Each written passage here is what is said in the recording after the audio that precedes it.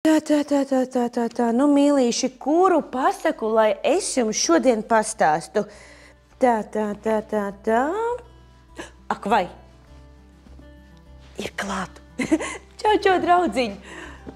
Prieks tevi redzēt pēc tik ļoti ilga laika. Šodienas uzdevums pavisam nav viegls. Man ir jāizdomā, kuru pasaku, lai pastāstu tev un mūsu draugiem. Tā. Nedaudz padomāju. Es zinu. Mīļie, es taču jums neesmu stāstījusi pasaku par milzi. Vai ne tā? Aiziet!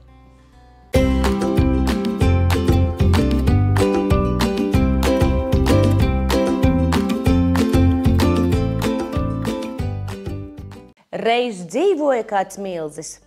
Tiešām tāds ļoti milzīgs, pēc skata varants un citu prāt varbūt biedējošs, bet sirdī ļoti labestīgs un sirsnīgs. Milzis dzīvoja kāda kalna alā, kalna pašā virsotnītē. Neviens viņu tur nemanīja. Milzis ļoti vēlējās kādu draugu, bet neviens ar viņu nevēlējās draudzēties viņa izskata dēļ. Skumīgi gan, kad kādu vērtē izskata dēļ.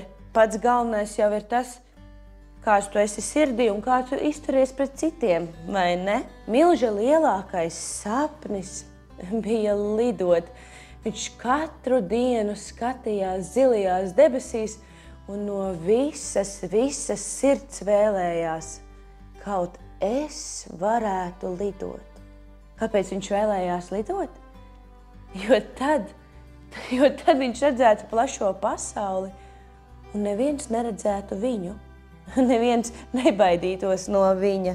Viņš varētu lēkāt pa mākoņu spilveniem un sacensties ar putniem, kurš būtu ātrāks lidošanā. Un tad vienu rītu milzis pamodās un pie savas alas ieraudzīja maisiņu. Tas nebija nekāds parastais maisiņš, tas bija maisiņš ar burvju putekļiem. Un klāt bija piesprausta vēstulīte.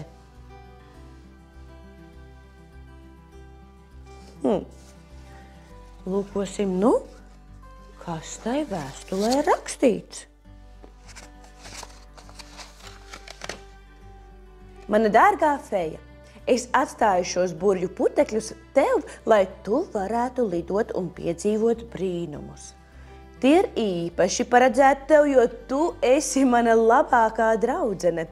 Es ceru, ka tu mani neesi aizmirsusi un ka mēs drīz atkal satiksimies.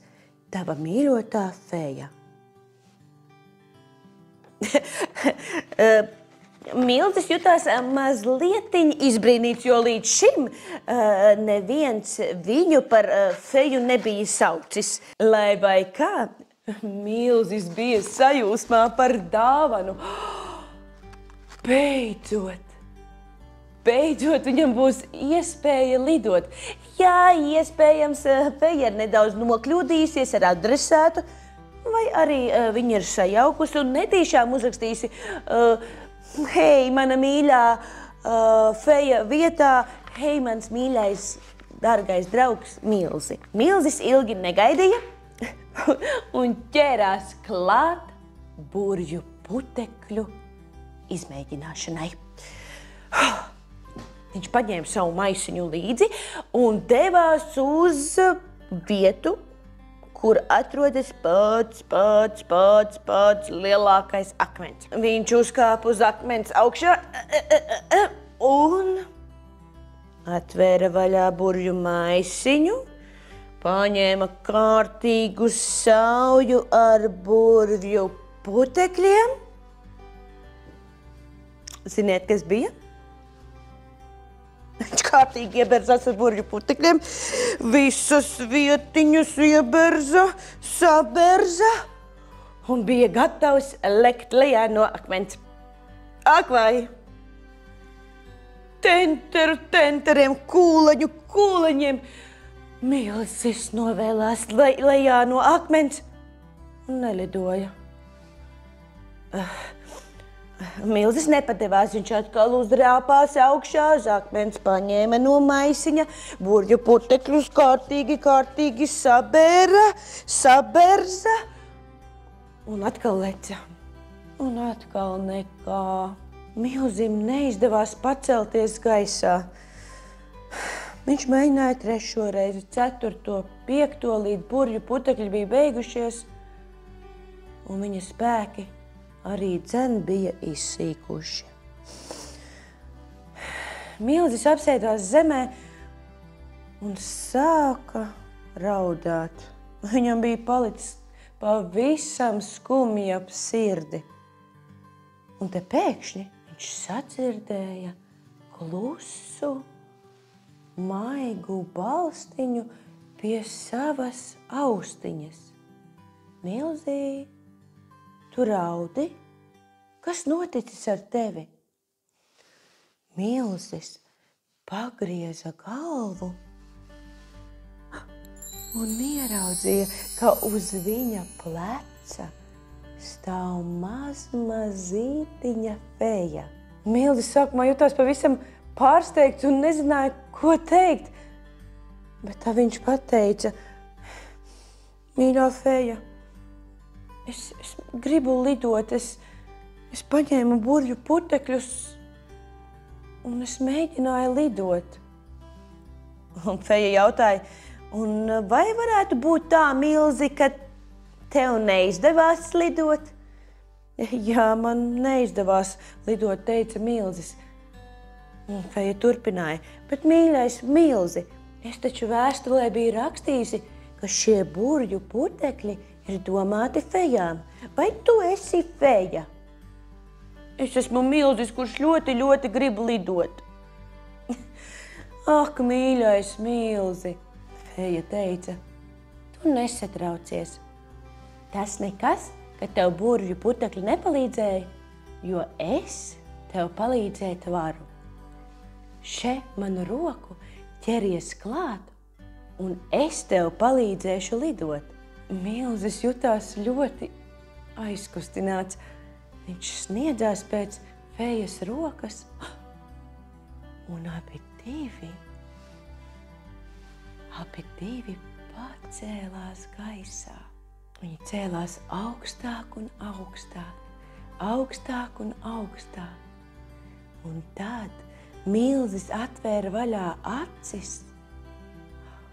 Viņš ieraudzīja visu plašo pasauli. Viņš tālumā redzēja jūru. Viņš redzēja, kā pilsētā skraida bērni un smējās. Viņš dzirdēja mūziku, kas nāca no tirgus laukuma puses. Viņš redzēja dažādu lielumu un dažādu krāsu mākoņus. Milzis jutās patiesi laimīgs. Tā viņi lidoja labu laiku, līdz nokļuva vēl Milzim neredzētā vietā. Kāds krāšņums, kāda daile, kāda krāsu bagātība. Viņi bija nokļuvuši feju valstībā. Viņus tur sagaidīja gan fejas, gan milži, laumiņas, visādas būtnes. Viņi visi bija priecīgi, ka pie viņiem bija atlidojis jauns draugs. Milzis jutās pieņemts, Milzis jutās laimīgs. Viņš beidzot jutās kā mājās, pateicoties fejas rokai, izpalīdzīgajai rokai, tika mainīta kāda dzīve, kāds tika padarīts laimīgs. Arī tu vari padarīt kādu laimīgu. Arī es, arī jūs.